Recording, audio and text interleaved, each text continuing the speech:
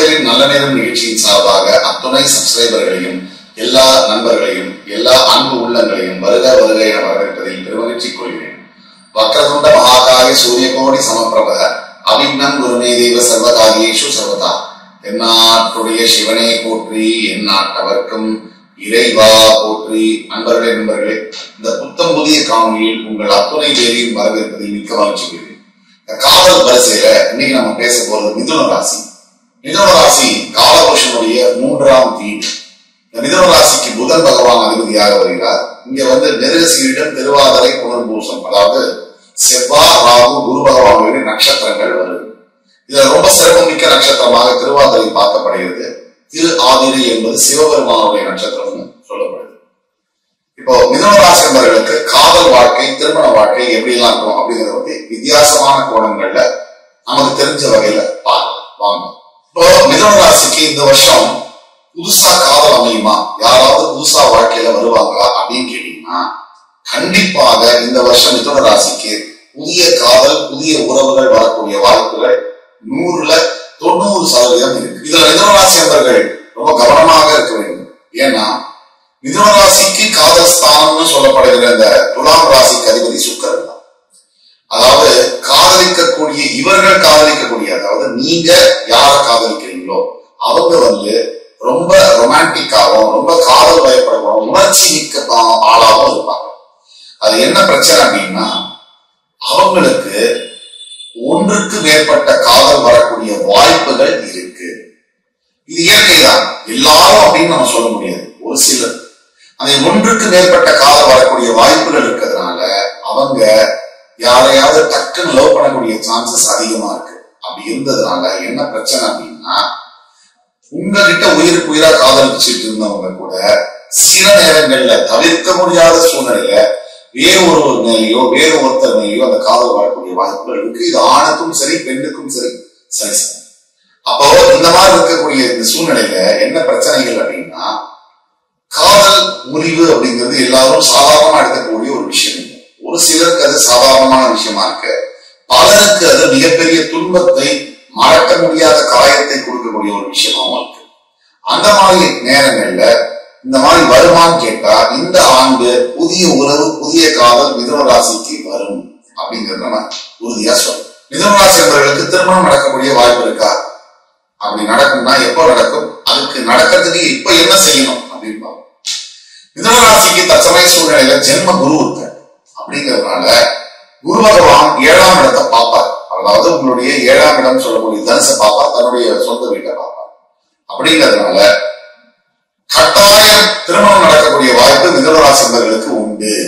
இந்த ஆண்டு சிறப்புமிக்க ஆண்டு திருமணத்திற்கு மிதுன ராசி. ஒரு எடுத்துக்காட்டு, நீங்க ரொம்ப வருஷமா திருமணம் பண்ணாம போஸ்ட்போன் பண்ணிருக்கீங்க அப்படின்னா கூட இந்த வருஷம் நீங்க கட்டாயமா திருமணத்தை சூஸ் பண்ணலாம் அப்படிங்கிறது ஒண்ணு. தவிர ஜென்ம குருவா இருக்கிறதுனால ஹெல்த்ல தான் கவனமா இருக்கணுமே தவிர திருமணம் பார்க்கிற விஷயம் தன்னாலவே நடக்கக்கூடிய வாய்ப்புகள் இருக்கு. என்ன செய்யணும் அப்படின்னா, முக்கியமா வரம் தேடுற படலத்தை இப்ப நீங்க தொடங்கலாம். உங்களுடைய அலையன்ஸ், வாழ்க்கை துணையை தேர்ந்தெடுக்கக்கூடிய அந்த முயற்சியில நீங்க ஈடுபடலாம் அப்படிங்கறத உறுதியா சொல்றேன்.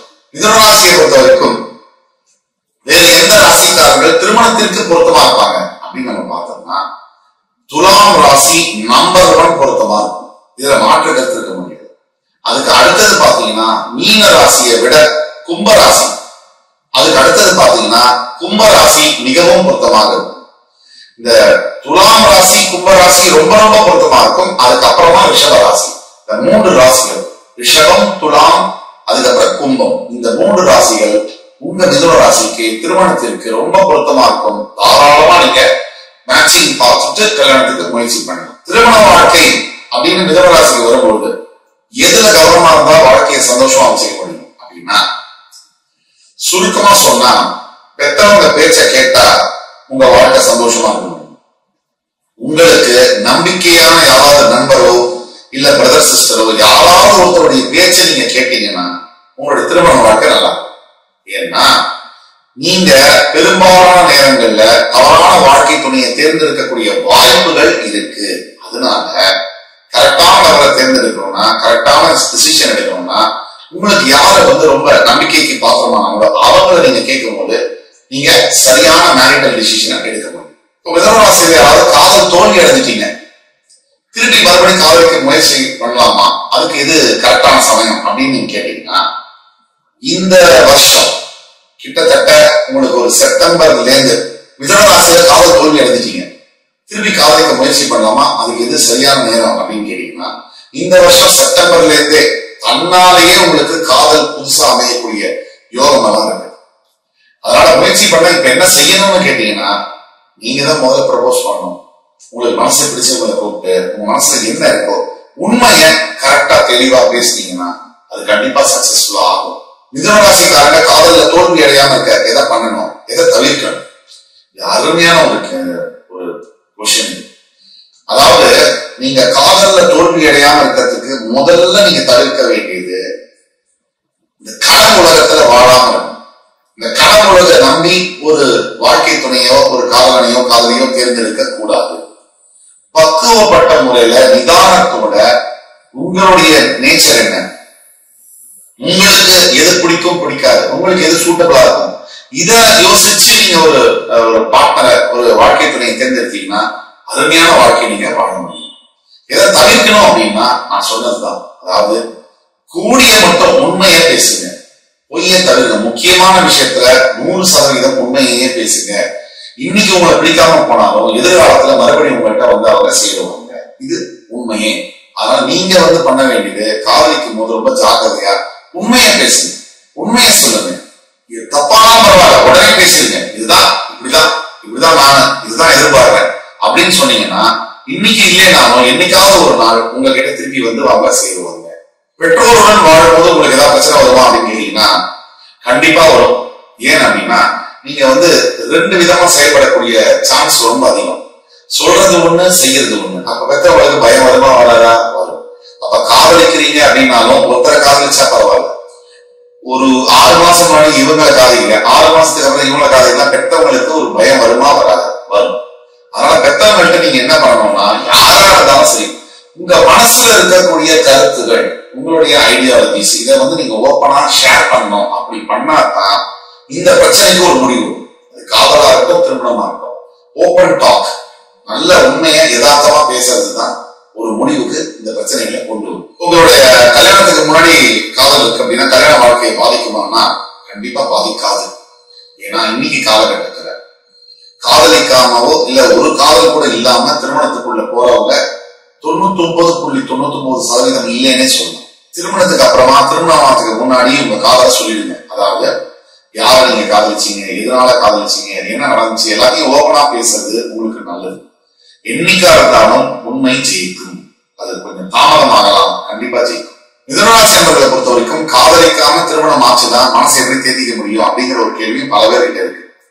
இந்த கேள்விக்கு ரொம்ப ஒரு முற்றிலும் மாறுபட்ட ஒரு பதிலை நான் சொல்ல விரும்புகிறேன். மிதுனராசி நபர்களை பொறுத்த வரைக்கும் காதலிக்காம திருமணம் பண்ணீங்கன்னாலும் கூட உங்க திருமண வாழ்க்கையில மனசை தேத்திக்கணும்னா காதலிக்கிறத விட அருமையான வரன் கிடைக்க வாய்ப்பு உண்டு. பார்க்கறதுக்கு அழகா இருக்கும். ஆனா காலப்போக்குல அந்த திருமண வாழ்க்கையை எப்படி சரி பண்ணணுங்கிறதெல்லாம் கவனம் இருக்கணுமே தவிர மனசை தேத்திக்கிறதுல எதுவுமே இல்லை. வாழ்க்கை யாருக்காகவும் எதுக்காகவும் நிற்காது. எவ்வளவு பெரிய பேரழகனா இருந்தாலும் பேரழகியா இருந்தாலும் காதல் இருக்கிற வரைக்கும் தான். அந்த காதல் போயாச்சுன்னா அந்த வாழ்க்கை அடுத்த கட்டத்துக்கு போய் ஆகணும். இது இயற்கையுடைய விதி. இதுக்கு யாருமே விதிவிலக்கு இல்லை. அப்ப மனசை தேத்திக்க வேண்டியது அப்படிங்கிறத விட உங்களுக்கு இறைவன் அளித்த அந்த வாழ்க்கை துணையோட சந்தோஷமா அவங்களை எப்படி சந்தோஷப்படுத்துறது. இப்ப நம்ம வாழ்க்கை துணை நம்ம சந்தோஷப்படுத்தினா தன்னால அவங்க நம்மளை திருப்பி சந்தோஷப்படுத்துவாங்க. இந்த ஒரு லட்சியத்தோட நீங்க வாழ்ந்தீங்கன்னா உங்களை யாருமே ஜெயிக்க முடியாது, எதுவுமே செய்ய முடியாது. இந்த வீடியோல மிதுனராசி என்பவர்களுக்கான காதல் மற்றும் திருமணம் அதை பத்தி முற்றிலும் மாறுபட்ட கேள்விகளை பத்தி எல்லாம் பார்த்தோம். இன்னும் வரக்கூடிய காலங்களில் வேறு சில நிகழ்ச்சிகளை உங்களை சந்திக்கும் வரை உங்களிடம் விடைபெறுவது உங்கள் சுபாஷ் பாலகிருஷ்ணன். நன்றி, வணக்கம், வாழ்க வளமுடன்.